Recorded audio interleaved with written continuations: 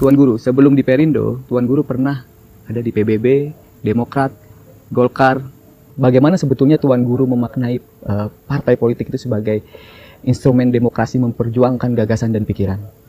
Menurut Tuan Guru, partai itu rumah perjuangan atau sekedar tempat singgah? Menurut saya partai itu rumah perjuangan. Partai itu rumah perjuangan sepanjang kita memang memiliki ruang di situ.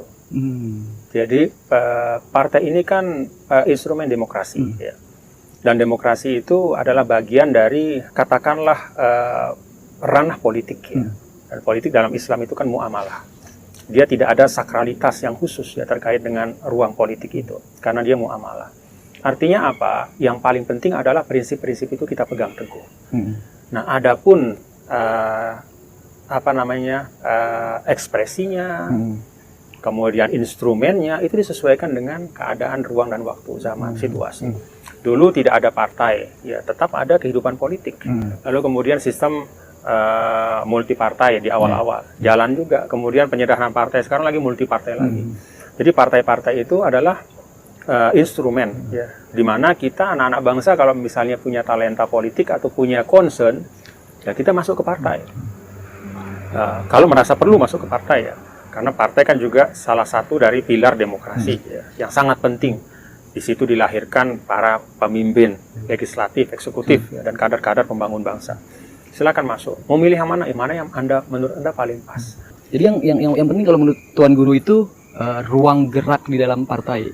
Pertama platformnya. Partai itu punya pesan yang sama nggak sih dengan pesan-pesan Islam? Apa sih pesan Islam dalam ruang politik? Apa sih pesan Islam dalam ruang muamalah? Al-adalah, menghadirkan keadilan. Al-musawat, kesetaraan.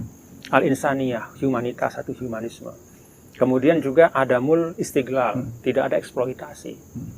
Nah, hal-hal seperti ini termasuk asyura, yaitu membangun permusyawaratan. Hal-hal ini kalau ada di suatu partai dan dia konsisten memperjuangkan itu, dia bisa dikatakan partai yang Islami. Karena dia membawa nilai-nilai Islam itu. Tapi rasanya walaupun dia tidak menyebut dirinya sebagai partai Islam.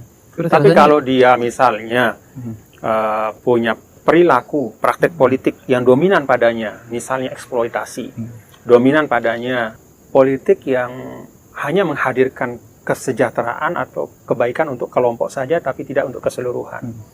Nah, berarti dia nggak Islami, apapun namanya partai itu. Jadi gagasan politik Islam itu adalah pada al-qiyam, values, bukan pada nama, bukan pada jargon.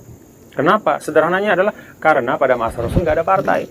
Jadi partai itu perangkat baru yang diciptakan untuk perjuangan. Dia bisa berupa, karena itu dia berubah sesuai dengan kondisi dan situasi. Yang paling penting adalah value, al-qiyam.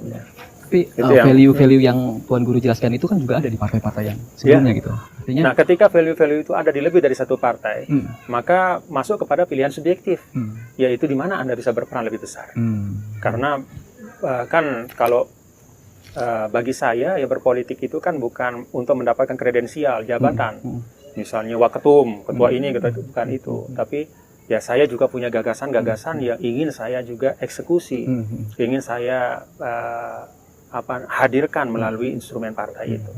Jadi kalau melihat platformnya tidak bertentangan dengan nilai-nilai Islam, nilai-nilai kebangsaan, lalu kemudian ada ruang yang besar di situ, nah saya memilih di situ.